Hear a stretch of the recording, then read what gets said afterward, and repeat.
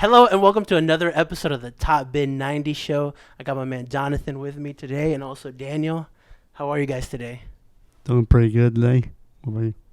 Nice. How about you, bro? I'm doing good. How are you? I'm good, man. Again, our show is all about soccer. We love soccer. We talk European. We talk MLS. We talk Supercopa. We talk everything soccer. That's what our show is all about. And today we're going to get started in the Premier League. We got a big match coming up. Liverpool playing Man United. You know, if you told me a month ago that United would be ahead of Liverpool, I would have laughed at you. But look at them now, man. They're 3 points ahead, and I think this is the perfect time to play the Man U Liverpool game. So, what do you guys think? Exciting game. Doesn't get better than this. You know, you were expecting Tottenham and Liverpool to be facing off in a big matchup, but now it's Manchester United and Liverpool. Exciting game. It is. Yeah, I thought after United got knocked out Champions League, they're going to change managers and just wait till next year. But out of nowhere, like always, they play for their manager and keep on playing good. And out of nowhere, they're first place. Yeah, that's true. One of the things that I criticized Ole Gunnar Solskjaer at the beginning of the season was like, okay, you have a team to compete at least, you know, like maybe not win the Prem, but to compete, you know. And so that was my biggest criticism of him. Do we kind of have to like look at him as a legitimate manager now since like they're actually competing for the Premier League? I think so. He's getting the job done. He's doing above things that you were expecting. So he's pretty much getting those stuff that you were expecting from him. But to be honest, at the beginning of the season, were you really expecting him to finish the season? No. Nope. And now he's pretty much overachieving. He's pretty much going over those expectations of people, of fans, and he seems like he's going to be there long term. And we'll see if Manchester United can keep up the fight, stay within those places. Yeah, I feel like he's kind of proving people wrong now. I mean, this is kind of a special season too, because like you weren't expecting all the teams to be competing, because from first to sixth is what, like 6 points. Mm-hmm. I mean, if you look at the table, we're right behind Man United by 3 points, but Manchester City is behind us 1 point, and they have a game in hand. You know, Everton's right there too with 32 points, I think. So it's a very tight schedule, or very tight. And top plus with six. COVID, you might lose a couple players. Like Liverpool, they lose like 3 players. And then Aston Villa the other day had to play with their U17 team. And out of nowhere, and that happens in a league game, you lose a match that you're supposed to win because you lose some players. Yeah, that's a good point. I mean, like, COVID can pretty much wipe out your whole squad. You know, even I was watching that Villa game, and those kids played well for 60 minutes, man. And I'm like, January is not good for Liverpool. We always have the toughest time in January, and that's why that's one of the things that scares me about this game in particular, because it always looks like we have a rough patch in January. But the one thing that I do see that's different is that we're gonna be playing at Anfield. You know, we haven't lost in Anfield for 3 years, and we have Thiago. That man, the way he moves the ball, unreal. I love seeing Thiago, man. He's something else. His first touch, his possession, his changing directions. He's something else. Maybe he should be playing a little bit more up. You want to see him more closer to the goal, but Yeah. he's doing fine just there as well. And this game is going to be the show. This is going to either open a window for Manchester City and United to see, okay, we can pull this off, or Liverpool again is like, okay, we still are the top dogs, we're still the defending champs, respect us, our home. And it's a rivalry game. You know, there's no bigger game in all of England. You can talk about London, you can talk about Manchester. Yeah, North London, they're all not, bro. that This is the in game. recent ones, but Liverpool and Manchester United throughout history has been the game. Yep. And you want to see that. Stay tuned.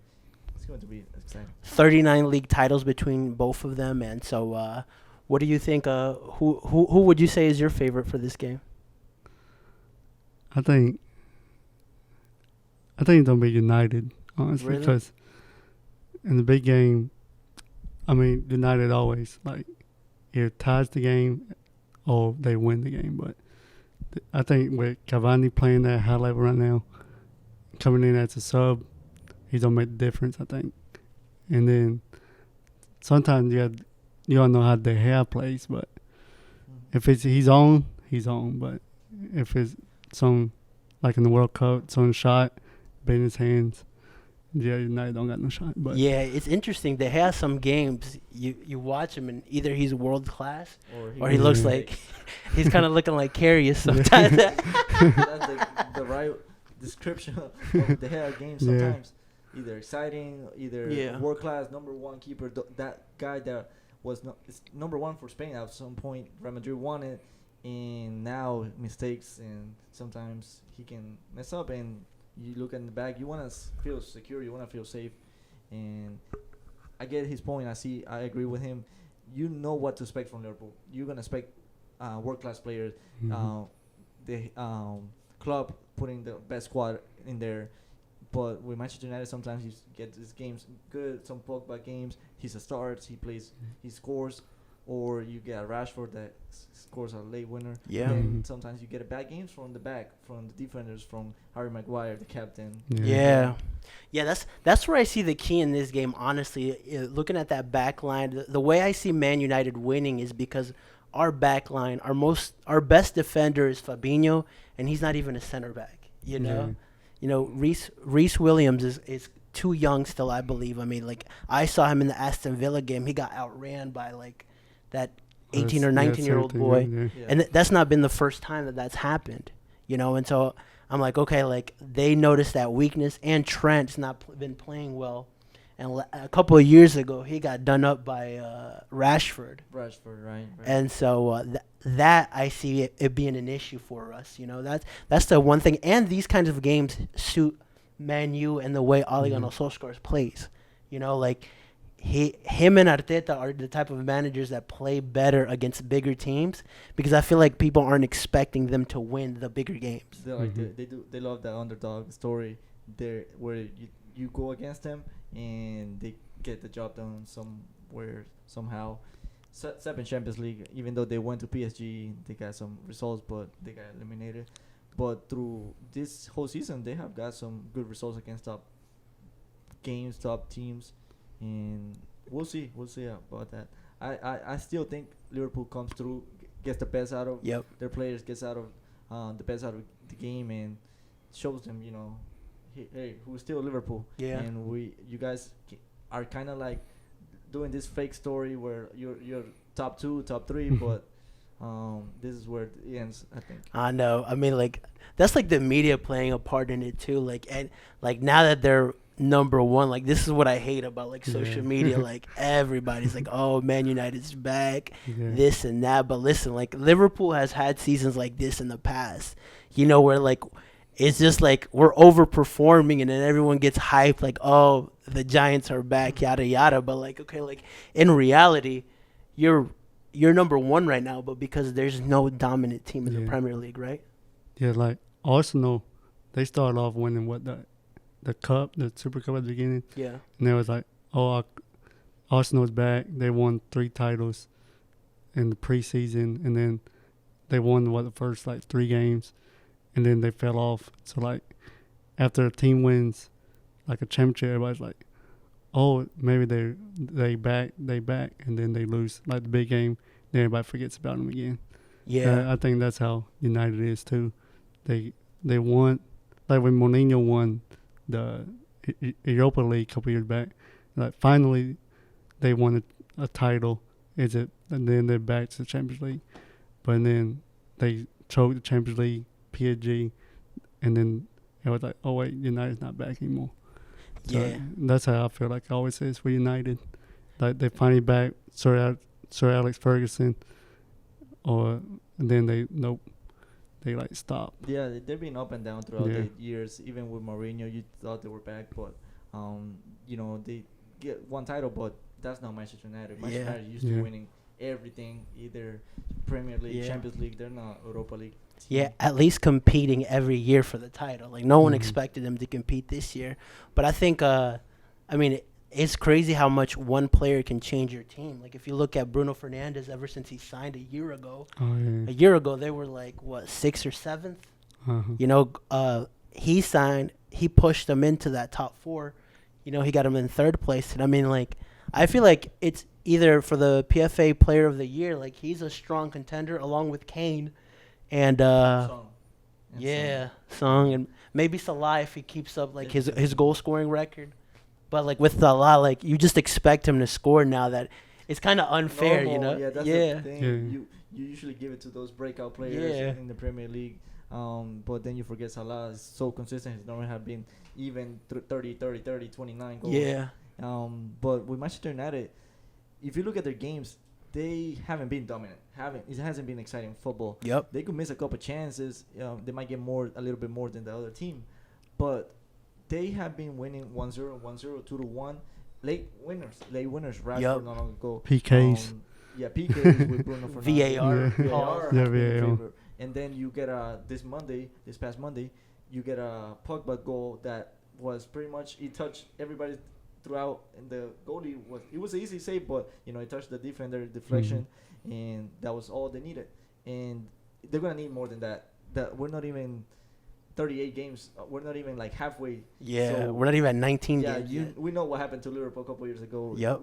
You know, with 3 games left, you can lose a title, and they can be all excited they want, but you don't win titles in January. You definitely hype it up. Manchester City is right there right now. Yeah. A tie will be beautiful for them. They are right That's in true. the window, and we at the end we're gonna be talking about City and Liverpool. Let's be honest. Let's be real. Yeah. That's awesome, man. Yeah, I totally agree with everything you said. Just because I mean, like from a consistency standpoint as well, like it's been Man City and Liverpool. Like it's a month and a half ago we were talking about Tottenham. Like I think they tied today against Fulham. You know, so like games like this, like every team has had moments, but like okay, you don't need moments in the Prem to win the title. You need consistent seasons, right? Like your teams have to play title-winning football, whether that's a great defense or a great offense. And I think Liverpool has that great offense this season. We're a little iffy in the back, and our strikers haven't been scoring the last couple of games. So that's probably where Injuries as well. That's been our Achilles heel. And Klopp saying that he's not going to sign a defender this window is, I think that will really define how our season ends. Right. You know, because I mean, like, we need another center back. Like I keep saying it. Right. Yeah. Another world-class defender to go with Van Dijk. Yeah. Gomez, he gets injured a lot. He's pretty straight. He's pretty good. But has he ever had a healthy full season? Yeah. I don't think so. Red cards from time to time. And there's been rumors about lately Ramos. He's been going nowhere. Can they sign him? Not sure. That's not going to happen. I don't think it'll happen. There's no way. That's what came out earlier this week. I'm not sure if it can happen. It's the crazy January transfer rumors. Yeah, what is it? Ozil to Tottenham, and you get those crazy rumors. Like, doesn't make sense. Yeah. But, Yeah. Where do you see the key in Liverpool winning this game? Definitely their strikers. If they're on, like Mane, always on everything, running, fighting for balls, and you see the 3 strikers, Firmino, Salah, and Mane connecting, being on their game. That's all they need. Their defense, they can handle it. But usually, you know, on games, on football, the game is winning midfield. Yeah. I see like a tie in there, but with Liverpool attacking, I see it being over. Yeah, at this moment in time, I think Man United's midfield is playing at a better level than Liverpool's, you know, because you've got Bruno Fernandes, you've got Pogba, McTominay, he's playing well. Like we've got a really good midfield as well with Thiago, Jordan Henderson, Gini Wijnaldum, but like I feel like that team has clicked a little bit better. And like you're right, like I see the difference in the attack. Right? As long as our attack is firing because we're going to create chances because that's the type of soccer that we play, we should win this game. And we're at Anfield. Like the worst thing would be to see Liverpool lose at Anfield against Manchester United, who's in first place. You know? Yeah.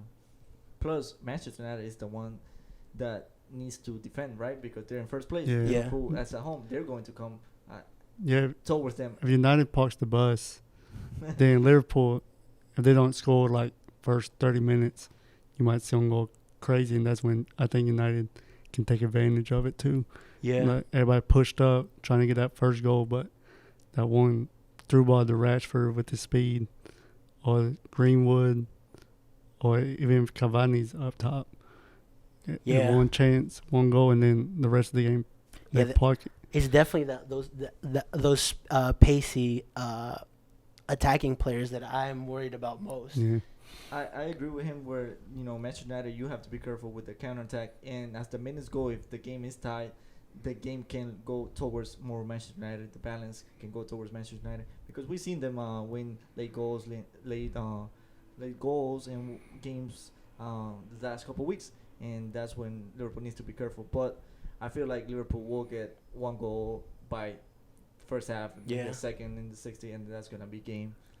Yeah, definitely. You're right about like the parking the bus aspect. You saw West Brom come into Anfield a couple of weeks ago and they nicked a 1-1.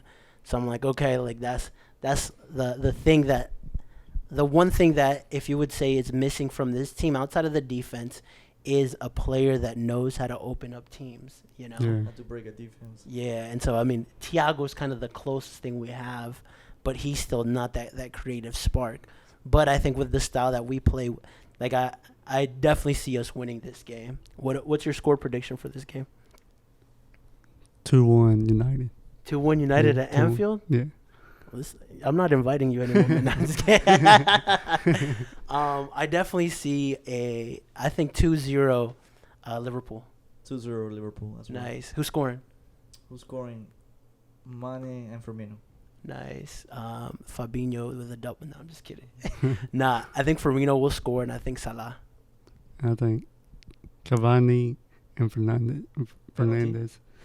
And then for Liverpool, it has to be Salah. Yeah. So if United score, it's gonna be a Fernandez penalty. Definitely. VAR assist. Assist Most by like- VAR, right? Yeah. Yeah, this is by VAR. VAR is the new Fergie time. Nice, awesome. So let's move a little bit into Spain. Let's move into the Supercopa. We've got the first finalist today came out, Barcelona. I was watching that game. We really sweated it out. I mean, like, Sociedad is always our bogey Always. team, man. Like, we always have trouble with these guys. Vigo and Sociedad, those are you guys. Yeah. Us is Valencia and Sevilla. Yeah. And I was like, oh, like, not again. And then, like, thank God they missed so many penalties. Even Griezmann, bro. Like, Griezmann's missed.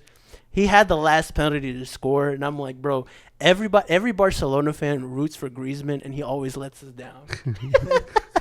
You know what I'm saying? And I'm like, come on, bro, just score it. Like, you would get the limelight, but Ricky Puig got it. So I'm cool with that as well. And so noticing that team, the one thing I'm noticing about Barcelona, I think Koeman's actually found his kind of formation, that 4-3-3 with Messi as the 9, Dembele on the right, Griezmann on the left, and we got Pedri, who is, to me, that kid is amazing, and so is Frankie de Jong.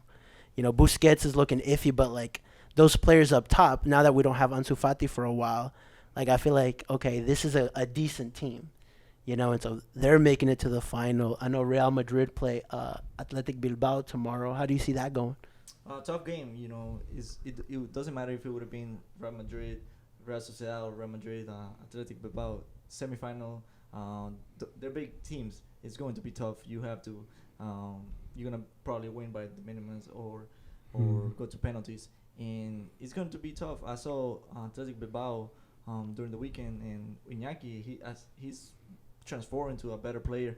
He wears number 9 now. He's more like a striker rather than a wing. Yeah. And he's got more weight on him. And that guy is fast, and that's what usually gives Real Madrid problems. Somebody that's really fast that comes at you between your two defenders and runs into space, and it can be dangerous. But I think Real Madrid pulls it off somehow. Yeah. How about you? It's one of those, is Real Madrid on or off? Like, 'cause this year, every game I've seen, Champions League, like, are they for real not making it to the next round? And then the last couple of games, they they pass the next round, play really good, and then watch on La Liga, they fall the one of the last place teams, didn't they? And then they go out and beat Atletico Madrid.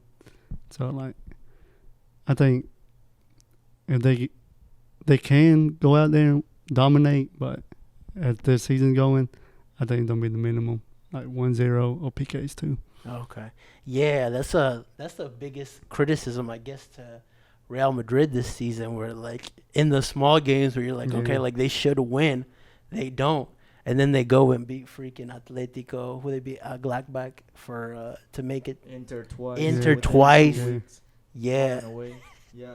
That's why I'm confident about Real Madrid tomorrow. That they will get it done because they do good under pressure. Zidane does a good job. The dressing room knows that winning mentality. Yeah. They have it. They know what needs to be done. It doesn't matter what minute. It doesn't matter extra time, penalties. They still have that chip in them from the last couple of years where they won. And tomorrow will be another day just for them. Normal day. Yeah. You know, get it done, move on, get the silver, play Barcelona. Yeah. Sunday. So, because both of these teams have been very inconsistent this season, if the final is Real Madrid Barcelona, who's favorite? Is there a favorite? It's going to be might be towards more Barcelona because they're playing better as of late. Yeah. You know, if Real Madrid gets to the final, they seem like Barcelona is finding their squad. You know, I always have said Dembele belongs in the starting 11. He belongs in the right side, and Griezmann should not be at number 9. He should be either right wing, left wing, or behind the striker, false 9. Yeah. And it seems like now Barcelona's getting it, and Puig and all these young guys, they're doing nice.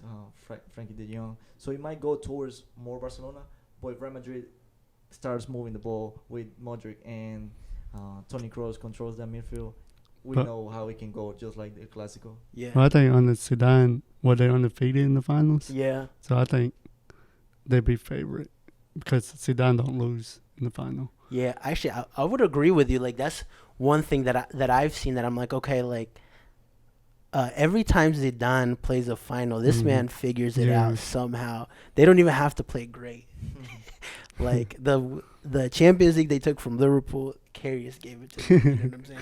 But, like, I mean, like, every final he goes to, like, whether the team is playing amazing or the team is very average, like, somehow they pull it through. So that's the one thing that, like, I think Real Madrid has over Barca right now, that championship mentality. You know, their starting 11 is full of players with trophies. Yeah. Versus us, we've got some, but, like, we have such a youthful team now, which I'm happy about. But at the same time, like, these kids are unexperienced. Like, you saw it in the last Clásico how much of a difference Ramos made, you know? Yeah. I agree with that. It can make a difference in the final, where it can make you nervous. It can make you not see what's going on. You don't wake up until you're down 2-0, and that can happen to the young kids. And we still are iffy and question mark with the defense of Barcelona with Araujo and Lenglet, and we know that these guys can make mistakes in the back. Even your goalkeeper has been making mistakes throughout the season. But you do have a restful Messi. You do have a team that has playing lately together where the chemistry is building up. And Dembele did not play last Clásico, or that's true. That's a wild card right there. It is. And another fast player that can make Real Madrid. It can make Mendy track back instead of focusing more forward. Where Real Madrid plays. Remember, Real Madrid, their possession, their football goes through the midfield. But at the end of the day, their goals come through the wings, but not the wings itself. Asensio or Vinicius or Hazard, they come from those center pieces for where Carvajal goes up, Vinicius, Mendy goes up. That's where Real Madrid looks best. Yeah, that's true, man. Like, even looking at Real Madrid just as a whole, if you're looking at our attacking pace, like, it's all about pace in order to beat Madrid for me right now. You know, like, opening up a team like that, I don't think Barca's good enough to do that just yet unless Messi's on. You know, and when Messi is on, he turns everybody on. I mean, like, he's been on the last couple of weeks. Busquets looks like 2015 Busquets. But Ramos always gets a red card against Barcelona. But if he doesn't do nothing crazy and stays on the field, I think Real Madrid. He always goes after Messi for some reason. Yeah, no, I think they'll definitely have Casemiro doing his thing on Messi. Casemiro, that's the key right there. Yeah. Stopping Messi, and Messi knows Casemiro. He doesn't want to get. Neither one wants to face each other. But, Yeah. who Valverde. does their job best at the end. Yeah, that's true. What is winning the Super Cup, do you think, do for these teams in La Liga? Does it mean anything in terms of making a push? Because I remember last year it was such a key component for Real Madrid. You think it could do that again, or is Atletico just looking so good now? They're 4 points ahead, 2 games in hand. At the end, I don't think it makes any difference on either team. It would just be a bragging rights. It'd be like for either one. I mean, for Coleman, it'd be, I won this. Don't fire me because I won one. Zidane, I think he's on leave after this season. So if he wins this, he at least won something this year. Because I don't think, as a Madrid fan, I don't think they don't win the Champions League, but I wish. But as everybody else looking right now, PSG, like Bayern Munich, not the top teams, Madrid, I don't think they have a chance.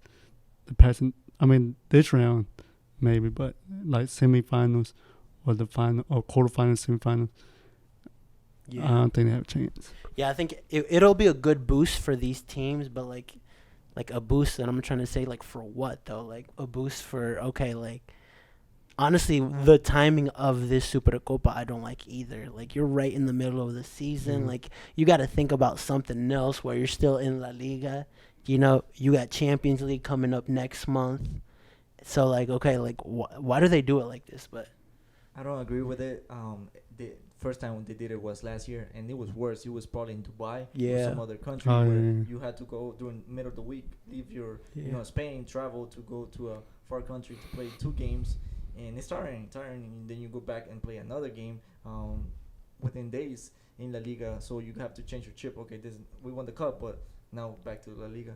I don't think it makes a difference for either team because to Madrid, to be honest, it did not make it last year. What made a difference was the COVID stopping because we got players back and Zidane got some players in shape. That was what made Real Madrid pretty much and go on that run that they went undefeated for like 19 games. Yeah. But Atletico is looking too good. They are on the top. Their next games until March. They don't play a big game. Yeah. They don't play Villarreal or Madrid until like March. Yeah. That rest look easy wins, and they have 2 games in hand. And they just added. Who did they just add? Dembele. Yeah. So we'll see there. I mean, like, it's a decent squad now. Like, you're adding players.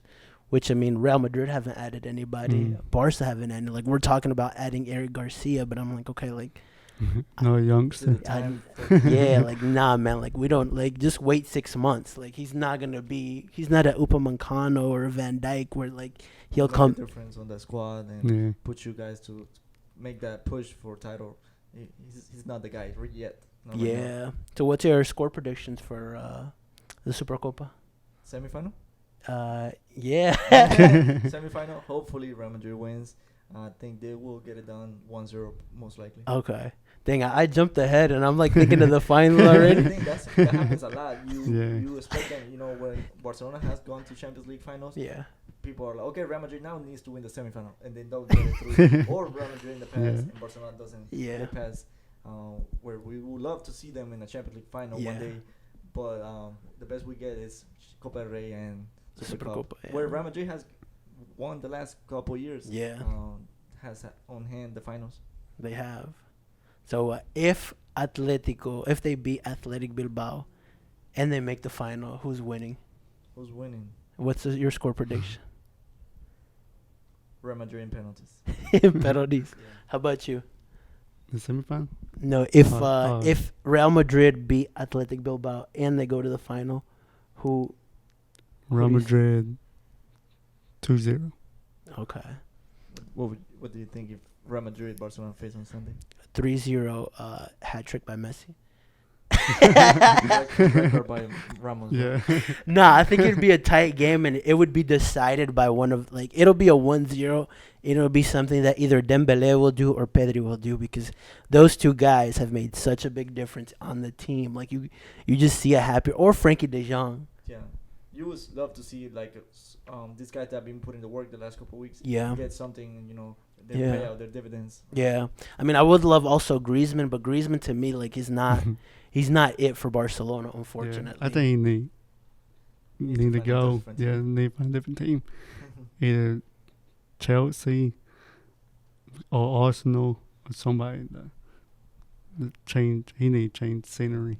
What they Yeah, say. it'd be interesting. Like my hope for the future is that they sell Coutinho and they sell Griezmann, and bring in Haaland.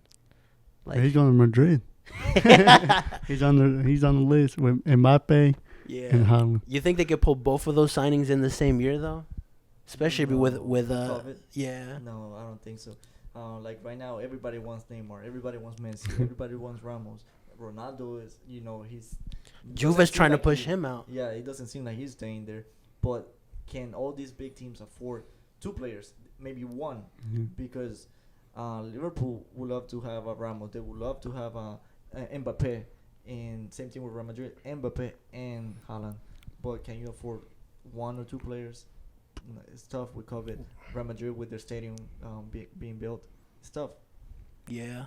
Well, it's selling Gareth Bale will help, and a couple old players like Kroos or like somebody else leaving their prime and get money off of it. They can bring Yeah. in a couple. Even though Modric too, like I think they're gonna extend his contract another year, right? Most likely, Yeah. it seems like they both parties seem like they're in the same side. They're going to agree to something. Yeah. What are your thoughts on that? I mean, the way he's looking, I'll give him one more year. Same thing with Vasquez. I will give him one more Yeah, year. I like him coming off the bench. I like him more coming off the bench. I Yeah. see him more making that spark when he comes off the bench. Yeah, And control the substitute game. for Valverde Yeah. should be the starter. Yeah. Control the game, Yeah. hide the ball. Yeah, and Luka Jovic, Yeah, looking like he he'll need- leave. He need to I go. like Mariano better. You know what? Like, I really like Mariano, but for the MLS, like I think he would kill it He's here. too talented.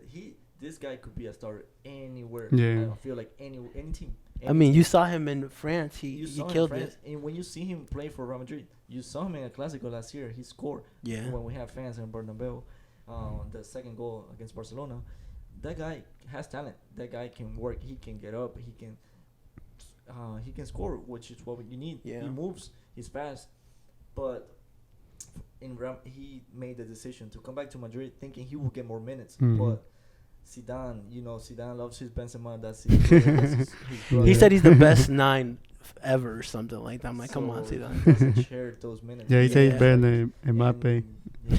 in France. Yeah, And he loves his French players. Yeah. Mendy, he does. Varane. Yeah, which is like that and Martin Obergaard too. Like he hasn't gotten as many minutes. What he's Mm. I Yeah, mean, also he, going. starting at the beginning of the season, he Yeah. was getting a lot of minutes, but he wasn't producing what he was doing in Real Sociedad. yeah. And I guess it wasn't the best formation for him. He was more like a right midfield where Valverde and Modric do best, but he's more like a behind striker player. That's what he wasn't Yeah. playing. Which I mean, like he hasn't featured at all, or like a couple of minutes in the last 5, 6. No, he hasn't had any chances. What? Like I'm trying to think He back did come when. back Yeah. from injury, Yeah. but the last couple of games he's just been in the bench. He did play last game, I believe, but the same thing with Hazard. He's back, and I think we should hopefully- sell Household. I think so. is it time? I think it's time. If we want to get Mbappe and Haaland to come, And it Go sucks with Madrid. You don't Yeah. get chances. You don't get second chances. You either perform the first day, or there might not be a second Yeah. chance. And it sucks because Mariano is amazing talent. Yeah. I feel like he should be playing more. And there's Hazard where he did have. You see his talent. You see Mhm. the lights why they bought him and they brought him from Chelsea, but he hasn't had those numbers. His numbers are now up. Where you need goals in Madrid, you need assist, and then he hasn't been lucky.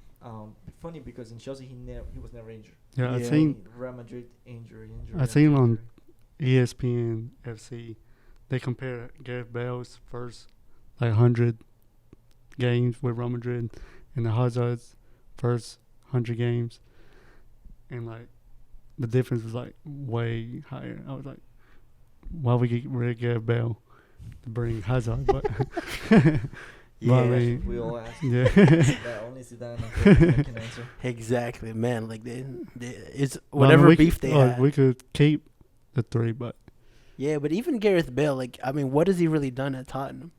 No, I mean, you saw him one game. Same thing with James. You saw 3-5 games where, okay, wow, Real Madrid let him go. yeah.